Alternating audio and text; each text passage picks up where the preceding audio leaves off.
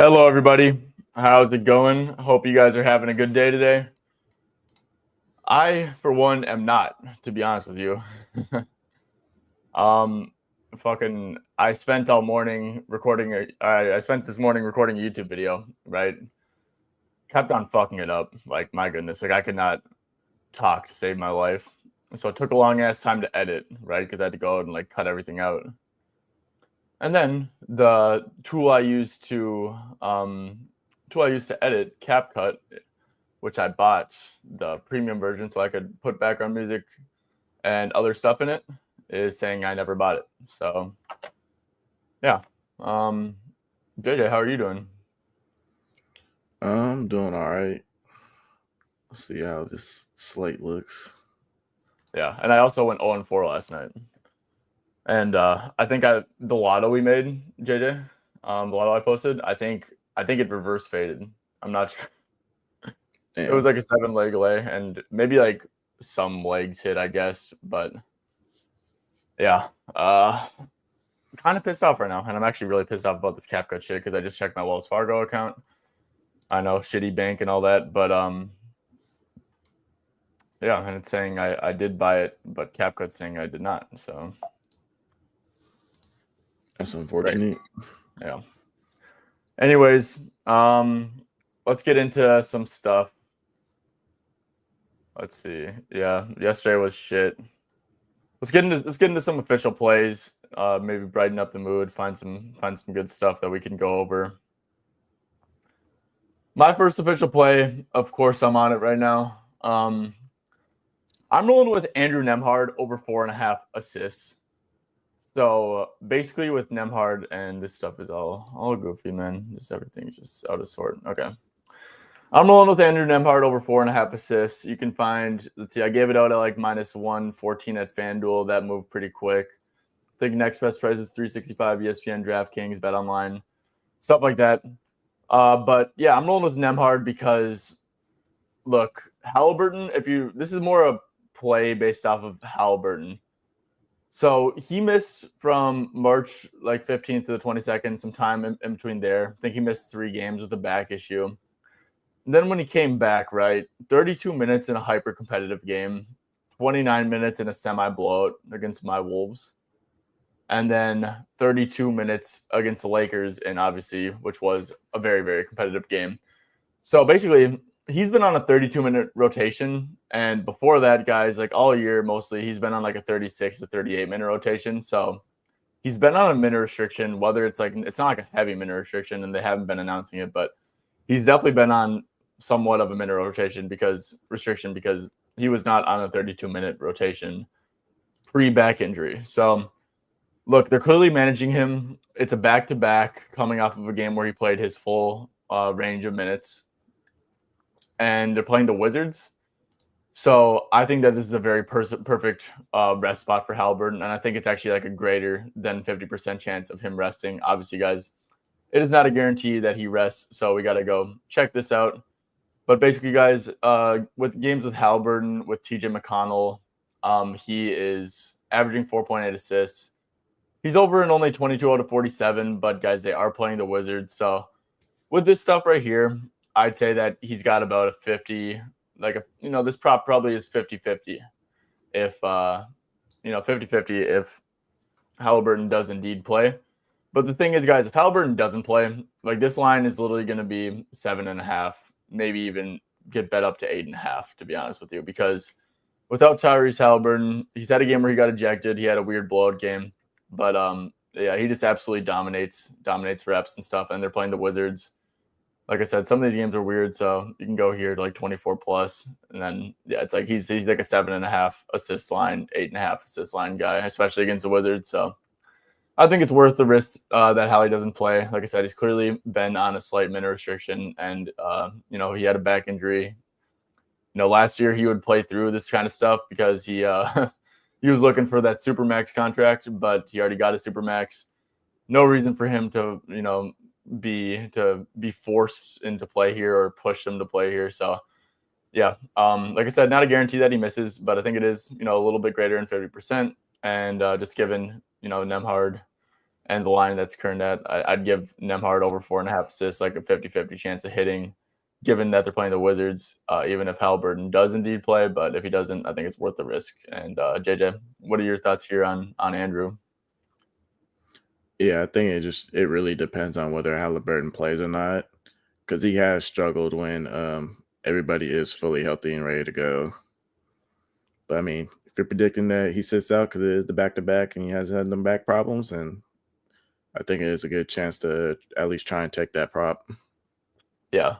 Yeah, and I mean, like with Halliburton and McConnell, he's still pretty good, right? It's definitely not a good bet if these guys. It's not going to end up being a good bet if both these guys play.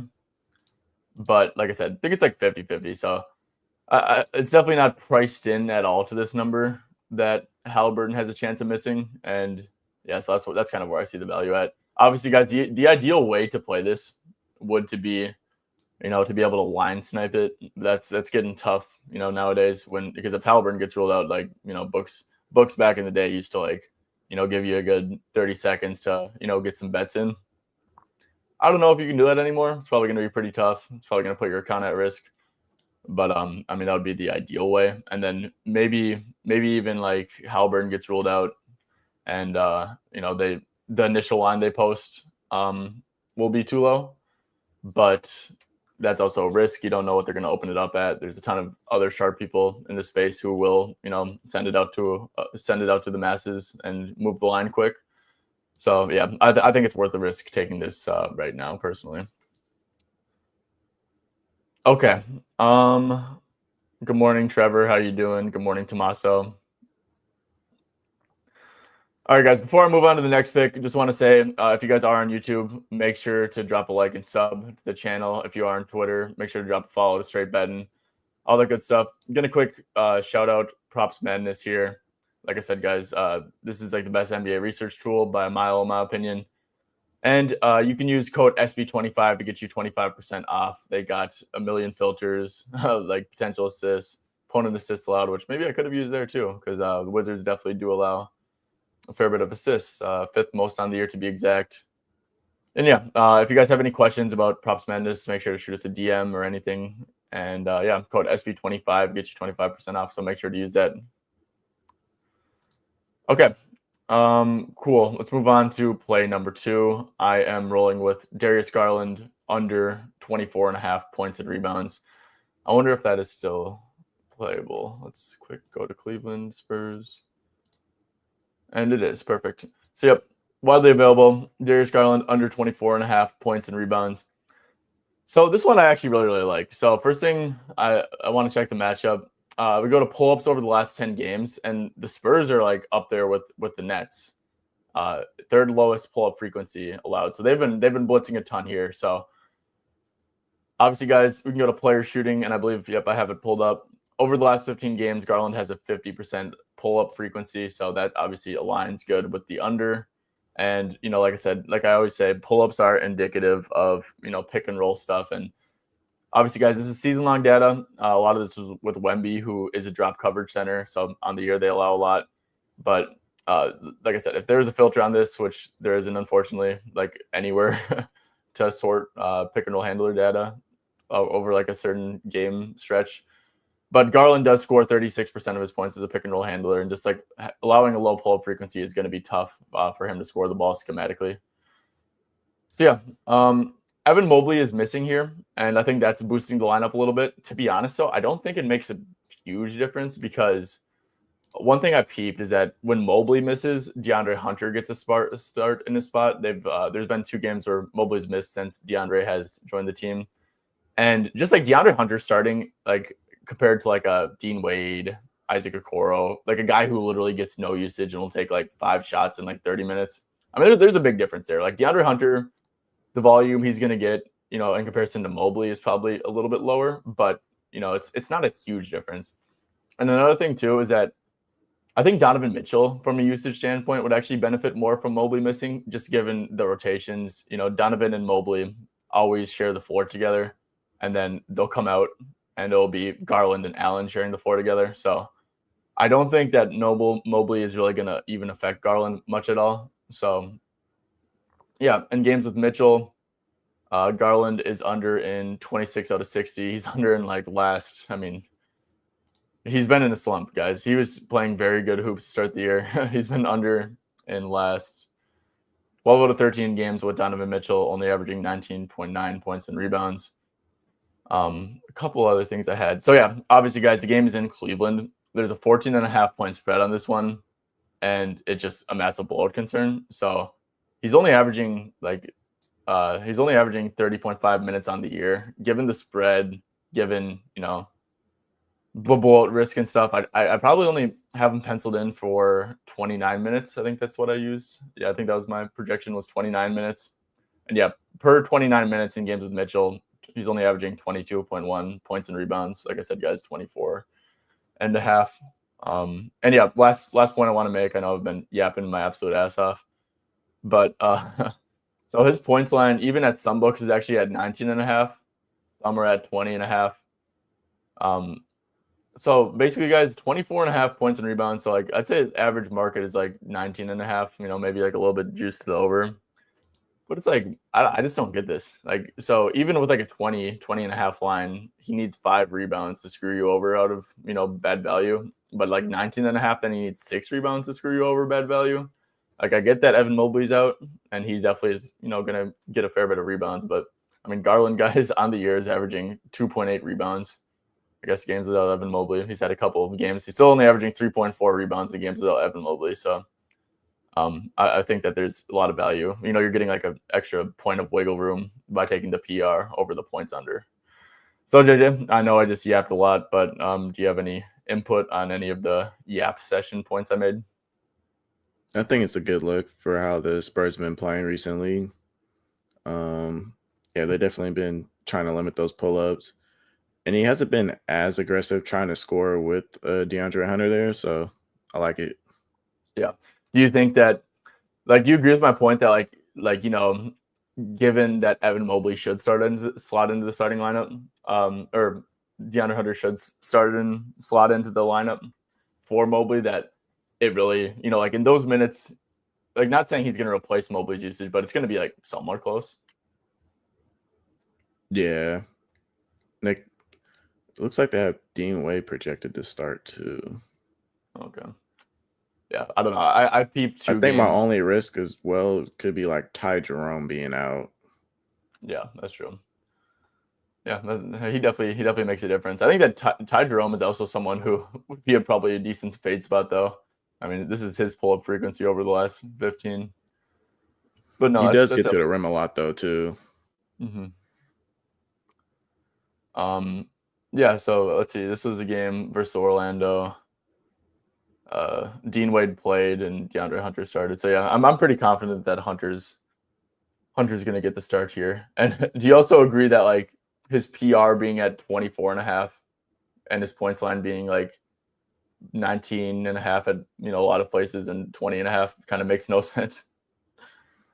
Yeah, it's probably going to go up to 20.5 on most books later. Yeah, for sure. Okay, yeah, so I think that this is a good bet. Like I said, I'd probably make this line 22.5. And I think there's a fair bit of value here. So yeah, taking Garland's under. Let's bounce back. Nembhard over. All that good stuff. Is there any like cool games today?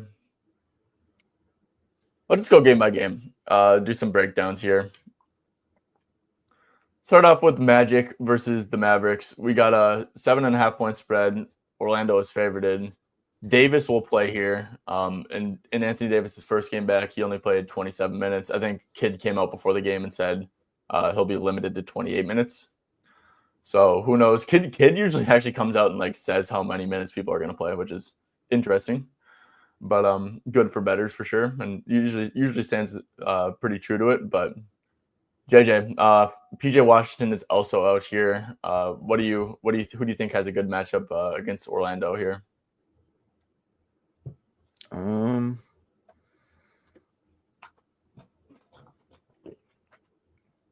It'd probably have to be Paolo. His usage without, huh? I mean, like versus Orlando. Like for the versus Mavericks. Orlando. I couldn't tell you. With Dallas, I couldn't tell you. I think that Davis stuff is a little bit interesting, to be honest with you. Just with AD, yeah, he didn't really play a ton of minutes, and He wasn't aggressive at all. yeah, and I think that kind of makes sense. Did you watch that game at all, or were you tapped into it? Just a little bit. Yeah. So Brooklyn, like I said, I know that if it's a pick and roll handler, like they're just a very double happy team to begin with. So AD being a clear cut number one option, I wonder if it was, some Brooklyn scheme things that led him to not being aggressive. Because against Orlando usually, they're very they're very single coverage happy. You can see post up isolation stuff. It says player points. What is this? Is that how many points they have on the year? Oh, okay, that's interesting. Yeah, so they usually tend to let their guys, defend one-on-one, especially against people who take a ton of twos. Like I know they do it with Giannis all the time. So Davis is a little bit interesting here at 19.5. I wonder if he'll be, playing 30 minutes here or something, maybe ramp him up a little bit. But yeah, I mean, there's not much around him, especially without PJ Washington. So I think you can make a decent case for AD. I don't know. Do you think there's just too much factoring into AD right now, or what are your thoughts on Davis 19.5? I think if you think he'll be somewhat aggressive, then I think it's a good look. But outside of that, I couldn't tell you. Yeah, you could also This maybe whole Dallas team argue. is just weird. Yeah, no, 100%. You could also maybe argue. I know that Dallas was like absolutely controlling the hell out of this game, like they were up a shit ton the entire time. And yeah, sometimes stars tend to go on cruise control mode when that's the case. So maybe that could have factored into his lack of aggression. But yeah, I think that Davis is fairly interesting at 19.5. I guess we could just see he's probably in a better role than he ever was on the Lakers, right? Yeah. Just like usage standpoint. So I mean, he is averaging 25.4 points on 34 minutes this year. What do you say? Just project him for 28. Be safe, or what are you thinking here? Yeah, I say projection for 28. Okay. Then that gets to 20.9 points. I think that this Dallas role in theory should be a higher usage role. And then the matchup single coverage stuff. I think you can maybe make a case that this line should be 21.5. So I kind of think that this might have a little bit of value. Obviously, guys, you're not going to be able to sharply project 80 here, probably, just given that there's so much like move and stuff we haven't seen him play with Dallas, and yeah, but yeah, I think that 80 stuff is slightly intriguing for sure. Okay, do we have any more questions for this game? Najee Marshall unders. So yeah, let's see where. Okay, there's. Yeah, 18.5 seems crazy high. This dude I didn't know he was capable of, carrying this type of load. It just kind of speaks to how much. Oh, great. Okay. Let me quick. It just speaks to how much talent there really is in the league. And yes, guys, I'm in a closet right now. Okay, let me quick fix this up. Sorry.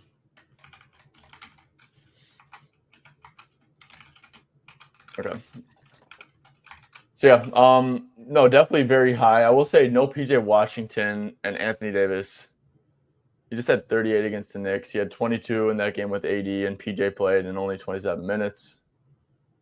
Yeah, JJ, I don't really know how to project Najee here, but I would probably give him 34 minutes or so, and then I'm gonna bump his field goal attempts down for whatever this average is. 16.8. Let's give him 15 with no AD. And what are his minutes been in this? Okay. Yeah, let's give him like 15 field goal attempts. We could do like a 13 to 17 field goal attempt filter. And see where he ends up here. Yeah. Look, so Najee's tough for me to gauge, but I'd probably stay away. I don't know, JJ. Do you have any read here on Najee? I'd probably stay away because I think Brandon Williams, there's a possible chance he sits out too. Okay. So I mean, if anything, you probably have to wait until game time if you really want to take the under. Yeah, Brandon Williams definitely makes a difference. Weirdly enough, that dude will get his shots up. That's for sure. Yeah. Yeah, and then Dinwiddie. Well, I haven't really been keeping up with like that Dinwiddie stuff. I know that Bubs came on here yesterday and said he bet on Jaden Hardy, and he was basically just sitting in the corner for Dinwiddie and Brandon Williams and stuff. So, and Najee. But yeah, I definitely like where you're thinking, right? Because I mean, this Najee definitely seems like a sell high at some point, right? Yeah, Najee's gonna get insane volume. Yeah, he could. You're on it. Yeah, you're on 80 points and rebounds. Yeah, and his rebounds are very short too. At 8.5. So let's see, what did he do last game? He had only 6. I guess Kai Jones is starting, who definitely can rebound a little bit. Yeah. No, I don't. I'm kind of in the same boat that 80 stuff. And Jason Kidd, look, I feel like Jason Kidd is like such like an anti-minute restriction guy. And I know that like you have to be careful with 80, but yeah. Banchero rebounds. So I'm gonna be honest, guys. Like I said, if you guys are familiar with the show, I don't really bet on Magic stuff to begin with. I know that Dallas, like if you look at all of Dallas's numbers, are gonna say, "Oh, this team is so bad at defending the paint. They're so bad at rebounding and stuff." But I mean, Anthony Davis played. Anthony Davis definitely makes a really, really big difference with like how good a team is at rebounding, especially if you're gonna start them at the 4, right? And like rim protection and stuff. So, JJ, what do you think about Paulo rebounds? I think it's probably. I think this Dallas team will be an average rebounding team with AD in the lineup. And then once they get Lively in, they'll probably be Lively and Gafford back if they ever do. But they'll probably be a really good rebounding team. But yeah, what do you think about Banchero here? And do you think there's a chance that Banchero guards 80?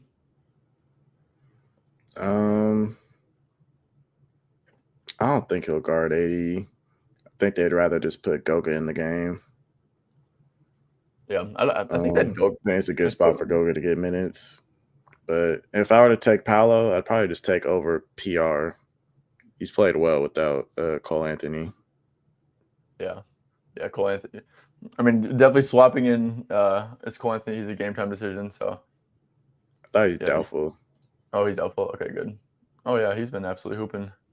Yeah, and that definitely makes a difference, right? When you have a Corey Joseph who will take 4 or 5 shots, and then Cole Anthony will take 12 to 14.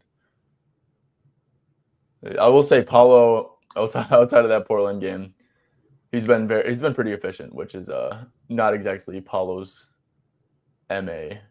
Or is that the word MA? Yeah, but yeah, Banchero rebounds. What's up? You talking about MO? Oh yeah, MO. Yeah. Yeah, MO.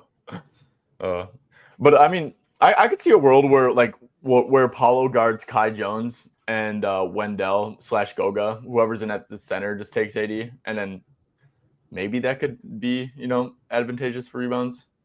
So, but you think Kai Jones would be crashing and stuff, so yeah. Yeah, let's see. Davis first quarter points. Let's see. What did he play for minutes wise in the first quarter?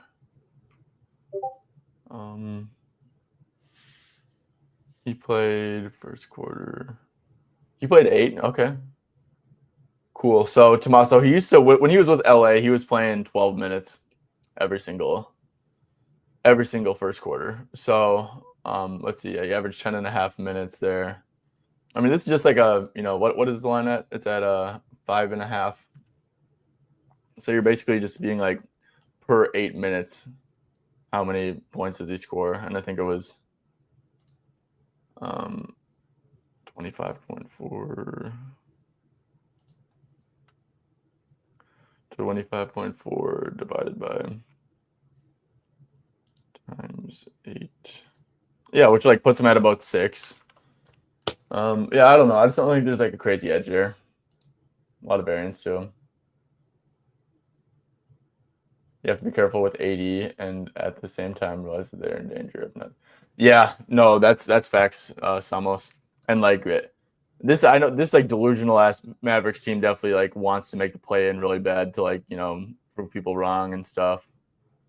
So yeah, like look, I remember I know PJ who keeps on getting hurt, but PJ Washington, and it's like PJ Washington, you kind of sounds fucked up to say, but you probably want to keep 80 healthy or more than you want to keep PJ healthy. But PJ did like miss time, play 32 minutes in a close game, and then went instantly to playing like 38. So, I mean, there's like a world where 80 jumps to like 32, 33 minutes. It's just not guaranteed for sure. But also, we were projecting him for 28 minutes and found a decent edge. So there could be some upside there. Okay, let's move on to, let's see, what were some other games? Was there any Indy Washington questions? Yeah, I guess JJ, we could go over here. Indy and Washington. Like I said, obviously I gave out Nemhard assists at 4.5. Think that there's a decent chance that Hallie doesn't play, but do you have any Washington thoughts? I do not. I ain't betting on Washington props right now. Yeah. I did give like a little glance at Chris Middleton's points, rebounds, and assists, and I know this probably sounds a little bit goofy, but like he rested last game, and they'll probably give him like his like 22 or 23 minutes.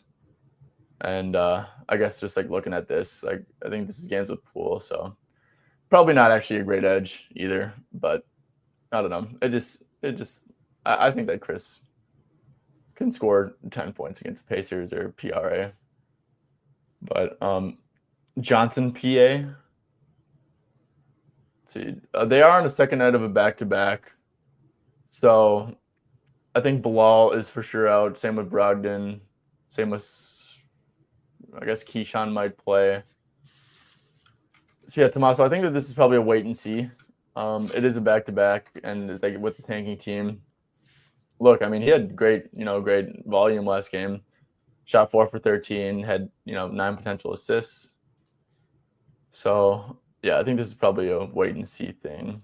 JJ, I think any Wizard stuff is not just wait and see.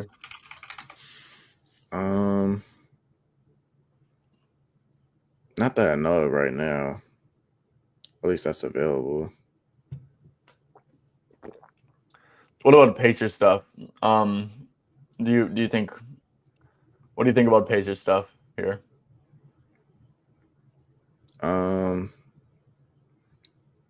I mean, if Tyrese is out, I'd probably take Mathurin, but you got to wait for his lines. Yeah, like points and stuff. Yeah. Yeah, he's definitely a big beneficiary of no Hallie.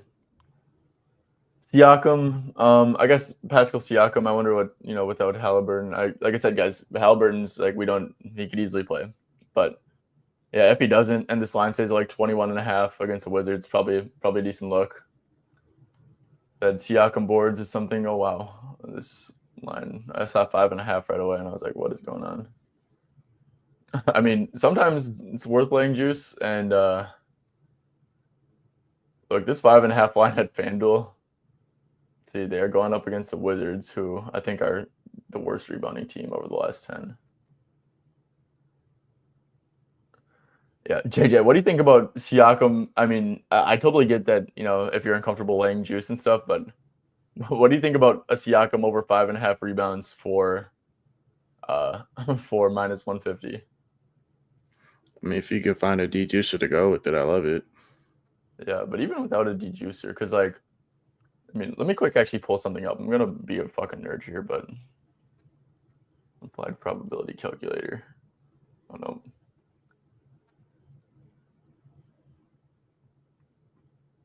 Okay. So if we're doing some math and stuff, what would you? So he has a 73.2% hit rate on the year. And they're playing the Wizards, who allow the most rebounds, right? What would you say his implied win rate here would be? It's too early to be doing math. Like you'd bump this up, obviously. Would you give it? Would you give? Let's give it like a 75% chance to win. Okay, so that means that it should be minus 300, right?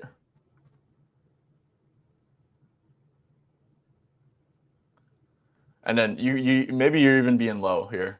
You could filter to opponent rebounds allowed. Let's just take out some like shit matchups, and this isn't everything, but 76.5. Okay, let's give it 76.5.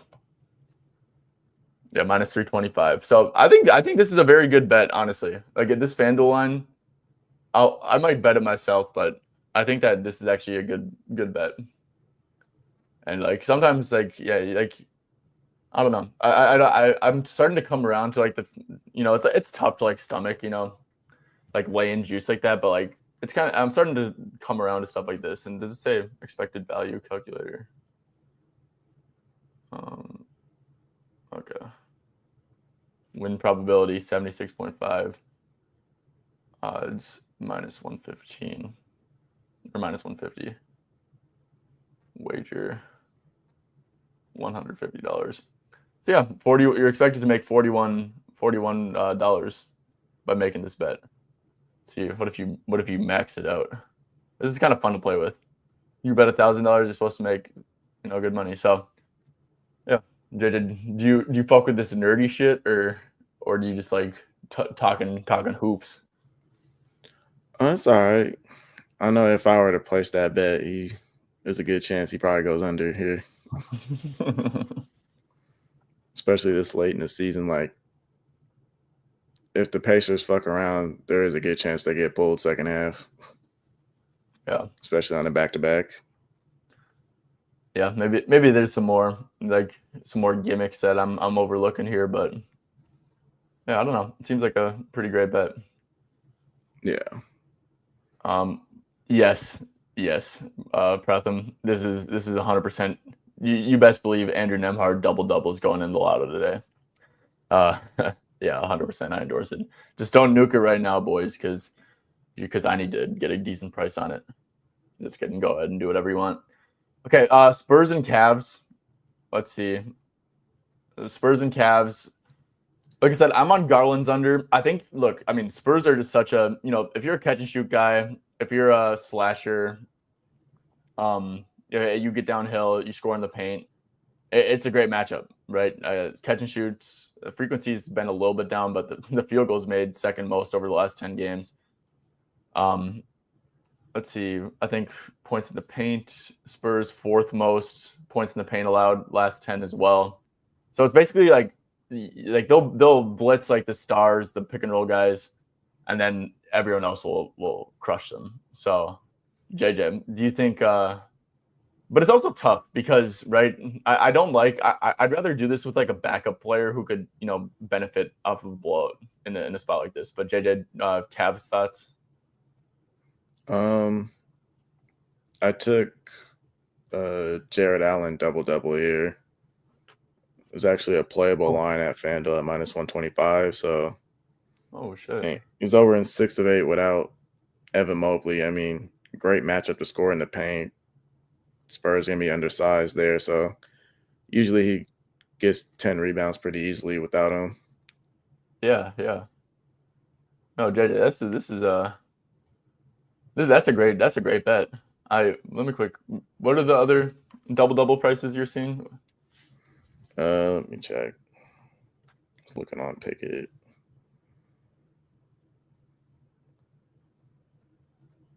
Oh, they might have just took it off FanDuel now, but I posted it in Discord like 10, 15 minutes ago. Minus 140, minus 150, minus 140s. Yeah.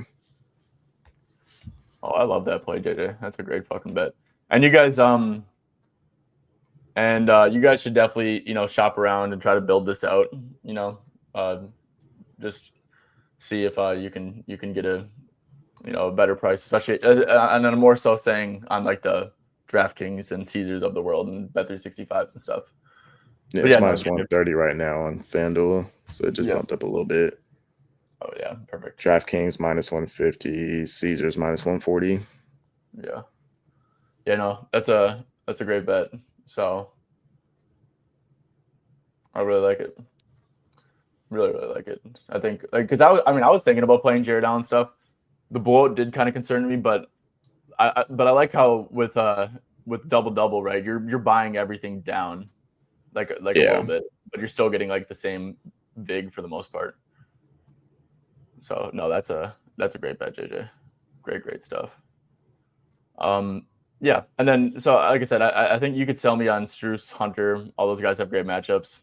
Like I said, I'm probably gonna go back to this one and pre-tip and see if there's like a Sam Merrill or an Isaac Okoro with like a super low line because I think that those guys are in pretty good spots. You said Jared Allen freak off. Yeah, Jared Allen stuff. Love that. Double double is -1. Yeah, I mean, dude, those fucking early lines are just terrible. That's why I mean betting terrible lines unless if you have access to getting new accounts whenever you want, then betting early lines is like you're gonna make so much money. But if you don't, if you're in the States and you're confused with like how to pay taxes and stuff, there's just like a lot of downside to betting those terrible lines because you're just gonna get limited like way faster than you would without. Um, let's see. Yeah, we'll get to that Okongwu play after the game or after we go over this one. What about Spurs things, JJ? What have you noticed from the Cavs defense recently? I know it's pretty switch heavy, kind of take away the pick and roll handler. Not great for Chris Paul. But yeah, what have you been noticing with Cleveland? I haven't been watching them like very recently, but they have been giving up some threes here and there for sure. Yeah. Oh, for sure. Yeah. My one concern always though with like that stuff is like the Spurs don't really have like someone who can generate threes. You know what I'm saying? Like someone with that gravity. To Only one I could think of is Vassell. Yeah, and Vassell. Yeah, I think that they'll kind of just let him do his thing. I could be wrong, but yeah, shouldn't have to overhelp much. Looking at these Spurs line, Jeremy Sohan's coming off of a 15-minute game. I'd like to think that water finds its ground there. And the thing with Sohan is like he could be a little bit interesting because he could just be a nice buy low almost. I'd almost be willing to like throw that shitty ass minute game away. But it's like with Bismack, like what the like I don't know what they're doing here, but I have to see if he actually starts or comes off the bench. yeah, I mean this It line makes is a huge definitely difference. this line is 100% implying that he is coming off the bench. But he also the thing is with Jared here is that or not Jared with Jeremy is that if he comes off the bench, I actually like the matchup for him because he'll get a lot of non-Jared Allen minutes, right? And then there won't be Mobley rim protection in the second unit anymore. So Yeah. I think that could be interesting. I actually kind of want to dig a little bit more into Sohan, try to find a good mid range. Like he had some great minutes.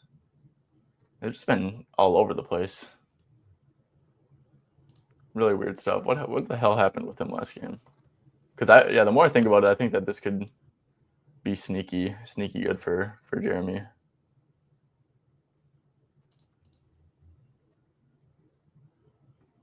Okay, so the guy crushed, and basketball reference doesn't have first half stuff, so that stinks.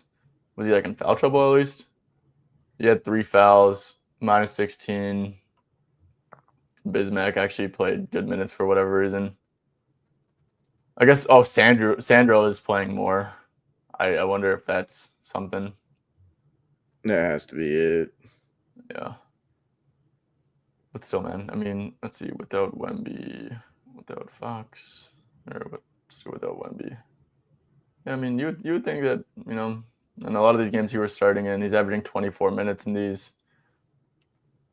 So yeah, interesting. Probably need to, do like a deep dive for that. Yeah, Sandro has been hooping. You see Josh Hart, yeah, Josh Hart, man. That was tough. He was getting guarded by Zubac, and then Cat. That sort of like every.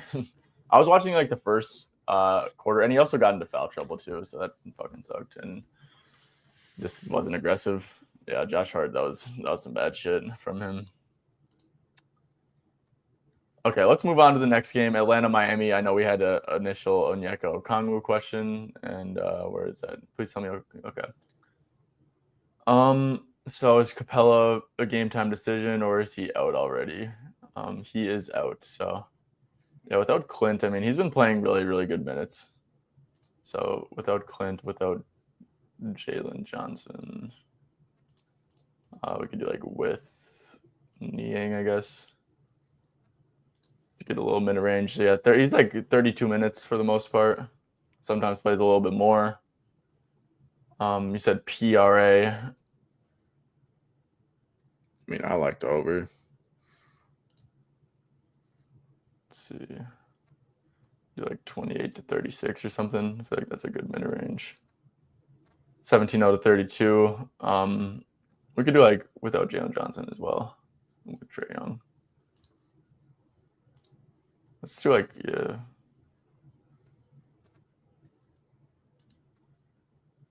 Yeah, definitely been playing good hoops. You would like to see him go over against Philly. Because there's no more Nance either, so they really don't have any depth for the 5. Okay, let's do without Nance. Oh, yeah.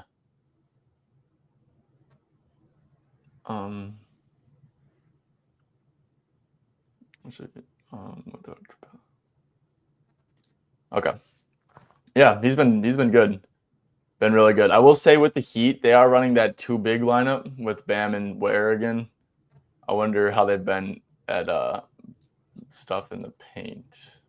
He's at 28 PR and 25 against them on February 24th and 26th. So pretty sure that was with two big lineups. Yeah. Yeah, that's a good call, JJ.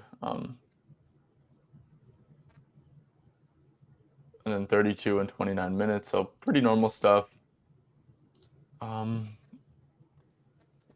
Yeah, I'd say it's slight lean over Ozzy. I'd probably say it's slight lean over for me, but nothing too crazy.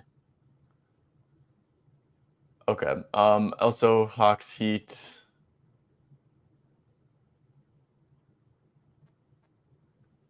I know that they always play Trae Young tough, the Heat do.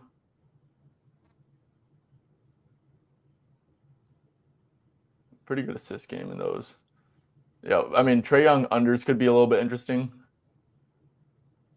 JJ, you think what are you thinking about that? I like the unders here. You put Davion Mitchell on him, he's gonna have a problem. Davion, Haywood. Clearly an attention to making Trae Young not have a good scoring game as well, too, right? Like you limit him to this. Heat won that game by 22, and then they lost the other 2 ones. But yeah, I think Trae Young unders are actually a pretty good look here, to be honest with you. In Miami, those are 2.5.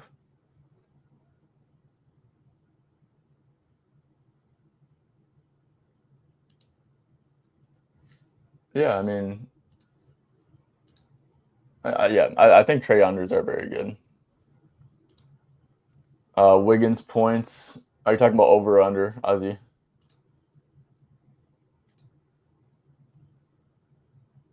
Yeah, maybe Dyson? Did Dyson do anything against the Heat? No. I'm gonna take Trae under. Trae under? Yeah, I like that. Are you taking do the Caesars line? Yep. Cool. Yeah.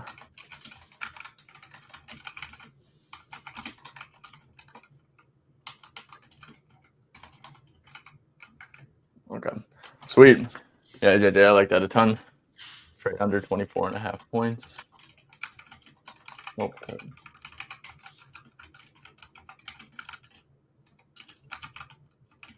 Oh yeah, I like that a ton. Okay, we got a couple more games. Let's quick build a lotto, guys. I don't think this is gonna take a lot of time because I already kind of know what I'm gonna put in. At least like one of them.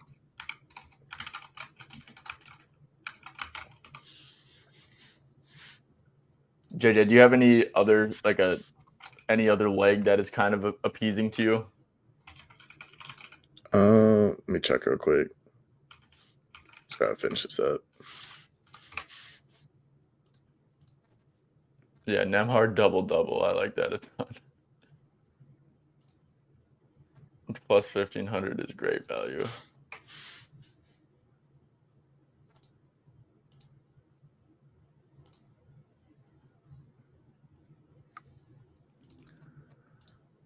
And then maybe so if oh man, I wish they had dude JJ. If they had Matherin lines listed, we could just have our lotto right there. The Halley gets ruled out lotto. Nemhard double and like Matherin 20 points or something. Yeah. Sabonis 1-3. Fuck Sabonis 1-3. I'm kidding, Tommaso. It's probably a good look because I know that they're playing against Portland and stuff. And Klingon, you know, playing that deep drop. I'm just a little bit scarred.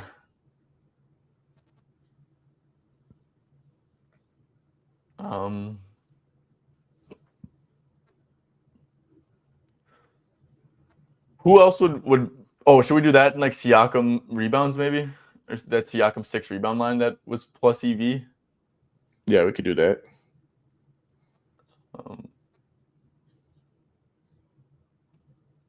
Okay. Let's see, is there anyone, let me quick see the Pacers and how they've been without Halliburton, because I think it would make sense to like correlate this with Halliburton missing, right?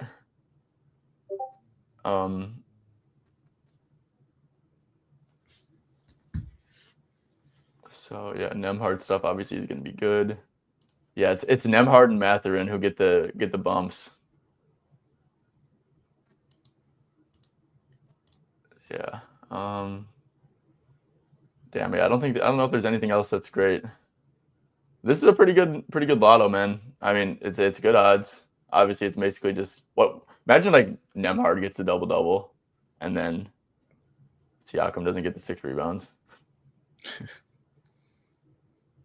Oh my gosh. The thing is, if Nemhard gets a double, the game's gonna have to probably be competitive for that. So I think I do like Siakam if he can't get 6 rebounds against the Wizards, bro, in like a competitive game. I mean, shit, that's gonna be rough.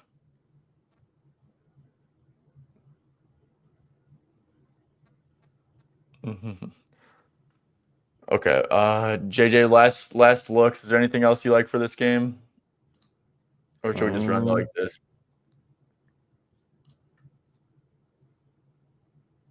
Oh. Is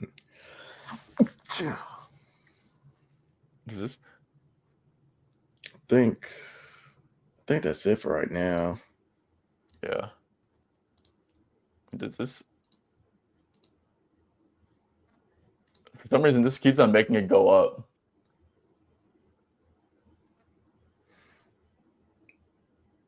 I didn't know you could do this. That's kind of cool. Nemhard to hit a 3. Does he have a 3-point line? He does not. But what do we get if Nemhard to score 15 points instead? Whew. JJ? I hate when he tries to score. Yeah, no, me too. Okay. All right, let's just leave it. Let's just leave it here. Nemhard. Okay, yeah, get the odds up a little bit. Let's see. Do I have any boosts? I do. Okay. Let's claim this.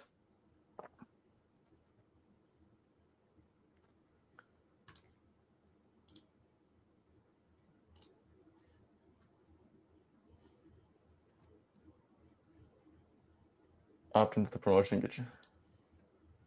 Okay, where's my boost? These guys are trying to screw me out of my boost. Oh no, it's because it's like hidden on my screen. Oh, sorry guys, and I haven't even been having the screen up. Okay, so it's Andrew Nemhard, double, Siakam 6 rebounds, Nemhard, and I just added those two. I mean, it's like the same shit. He's not getting a double without that. But where's my boost? Come on, bro. Okay, JJ. Let's see. Am I limited to?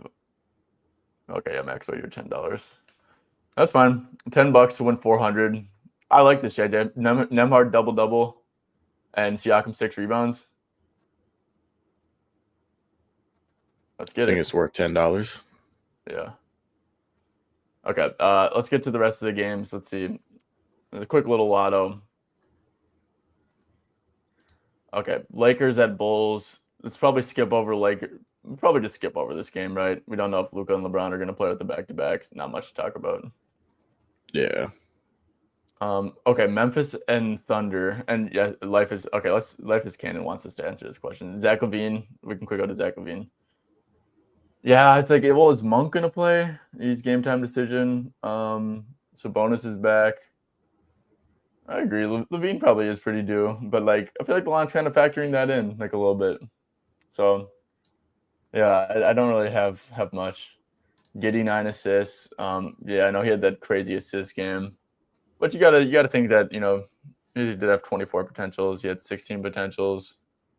And I guess he's Kobe White. So I guess a lot of these guys are game time decisions. Yeah, I don't hate it. I mean, he's just making an absurd amount of passes, right? 70, like, I mean, yeah, 70 and shit, like ridiculous. Yeah, I don't hate it. I don't hate it. Okay, Grizzlies at Thunder. JJ, I think that probably a pretty bad spot for Desmond Bane and Jaren. Just given the nature of OKC. Yeah, what do you think about Grizzly stuff? Let me see real quick.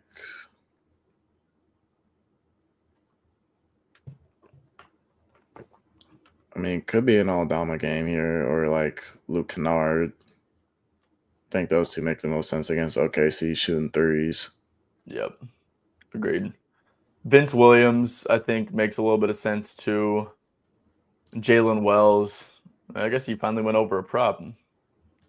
Jalen Wells makes a 7.5 at some places. What's his ERA? 12.5. Ooh. I think Jalen Wells makes a fair bit of sense too. I mean, he's always a little bit dicey. Yeah, not gonna lie. We probably should have put Jalen Wells in the lotto, or we could make another lotto. But Jalen Wells is always a tough one to bet on. he is, but he's like similar to like that, that Luke Kennard bucket, that Santi, the catch and shoot bucket, spot up guys. Yeah, big time spot up guy, and that's like the one way where you want to attack OKC.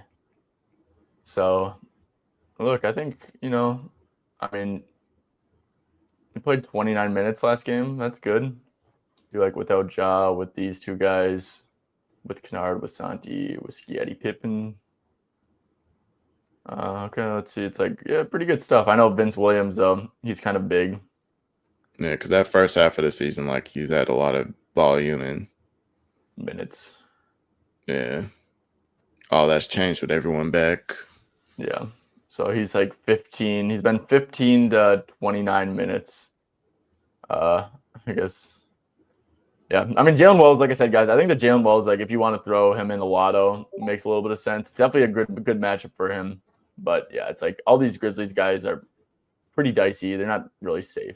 That's kind of that. So it's like what could be safe maybe is like, because it's also in OKC, so it's always prone for a blowout. Do you think that there's value on Bane under 20.5, or what are you thinking there, JJ?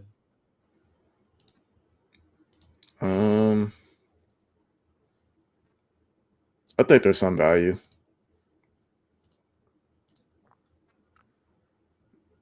Yeah. Is there? I mean, because let's see. He's averaging. This is a brutal matchup. He did have 22 points in 29 minutes against him. Let's see, Aldama. Yeah, we like Aldama, but I do. Like I said, if you guys want to make a little juiced parlay, actually, you can't even do this because the only line was at FanDuel. I do I do think that Jaren Jackson gets like 3 or 4 assists here, honestly. Just like they're gonna be doubling and stuff. and he had 8 potentials against OKC, and I guess he had 2 potentials that one, but I don't know. I think it's like a little bit interesting, you know. What's RA? Okay, Houston at Utah. JJ, I think there's actually a decent edge to take advantage with against Houston, and it's that Steven Adams actually is like basically like playing like 20 to 22 minutes a game, and like most of the minutes are actually with Alpi, like a good chunk of them are with Alpi. So and then in those minutes they're basically going zone the entire time. So like if you can line up like Steven Adams rotation, which I believe is like about 4 or 5 minutes in the first quarter to like 6 minutes in the second quarter, around there. Like those are like when you can like almost guarantee when he's going to be on the court. You like catch and shoot guys in the who are going to play those minutes, I think are actually like really, really interesting. So like I went to Popcorn Machine, and I think I'm on it here. Yep. This is the last game with the Jazz, and you know, who knows with the Jazz, right? Because they're but I also have realized that they kind of do this. Like they do the, you know, you can play these minutes and then you come back. Like it's like usually like a big gap. You know? Yeah. So like Bryce Sensabaugh threes, Johnny Juzang threes or points, I think stuff like that is actually really interesting to me. I agree. So Juzang, he's only up, like I said, none of these books I want to bet on at this time of day. If I, you know, had a new Bovada account, maybe I would. But none of these books I really want to bet on at this time of day, to be honest with you. Or Flip. I would bet on Flip. But yeah, I think that Johnny Juzang actually kind of is intriguing. Like he's probably going to get, I don't know, 16 to 24 minutes. And let's see. Oh, I just screwed that up.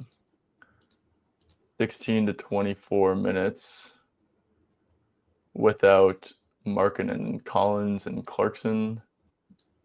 And that's PRA. Pretty small sample size, but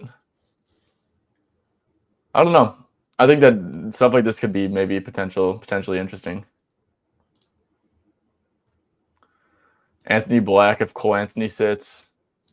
Yeah, I mean, that could make sense. I could see him playing big minutes. It depends on how Corey Joseph goes, but it's kind of tough though. Now with AD back, now the like rim protection's a little bit better, so I definitely get where you're coming from for sure.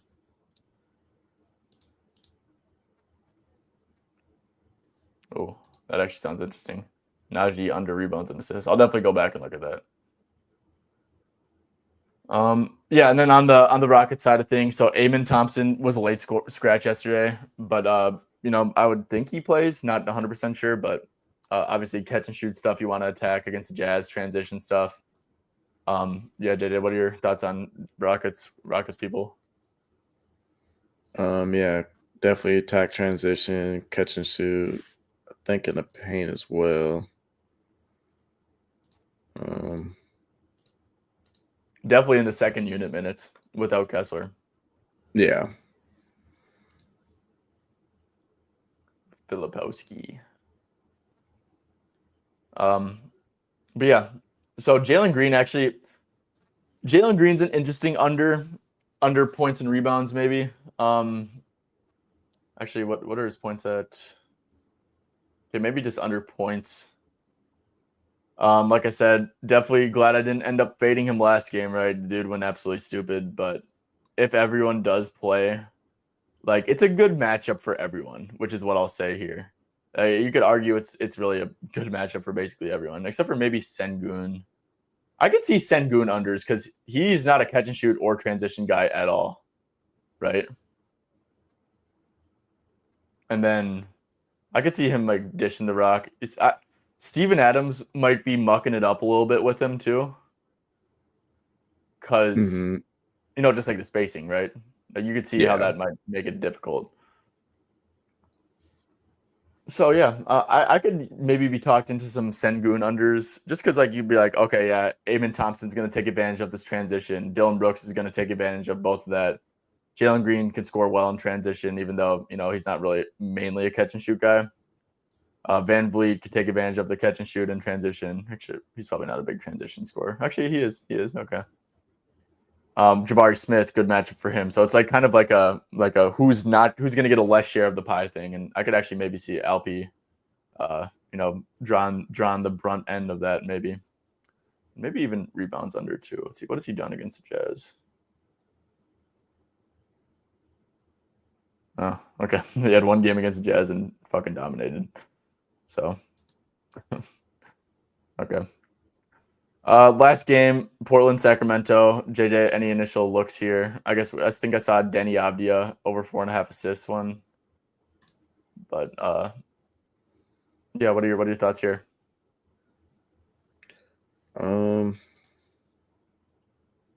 So Malik Monk questionable, Kamara questionable.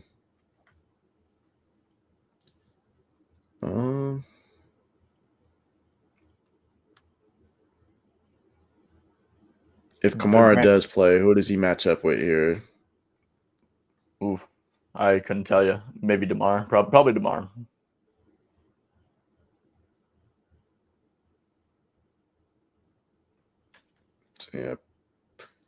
So yeah, it could be a good bounce back spot for Levine for sure. But then if he sits out, if Kamara sits out, then I think DeRozan can just ISO all game. Mm-hmm. Because I don't know who else to match up with him. Yeah. I think Anthony Simons' assist could be an interesting look. Let's see, 15 potentials, 14 potentials, then only 8 potentials. But we know that Sabonis is going to be playing up at the level against him. I wish that, dominating could come in handy for some assists right here, because I don't know how good I feel about the players he is playing around. But plus money for Simon to get assists here. Let's see, what is his rebounds and assists? A juiced 6.5. I don't even hate that. I mean, that just seems pretty low, dude. I'm not gonna lie to you.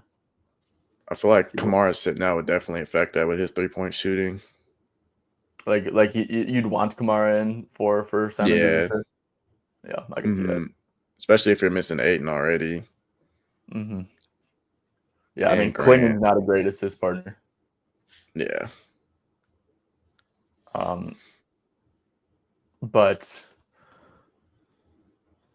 yeah, or you could maybe talk yourself into Simons under points. I guess he did have good games against him. I mean, he just completely caught fire. But I mean, Sabonis blitzes the pick and roll pretty much every rep, and he definitely will against someone with gravity like Simons. So I think it will open up secondary scoring options for like a Tamani Kamara.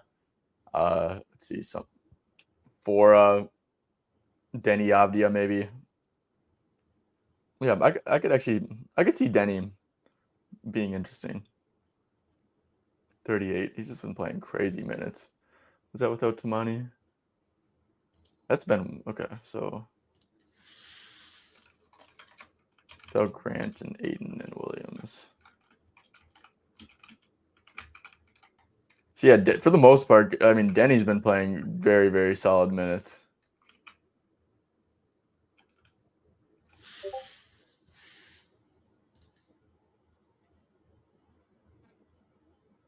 What would you project Denny for minutes? Like 32 to 38? Yeah, somewhere around there.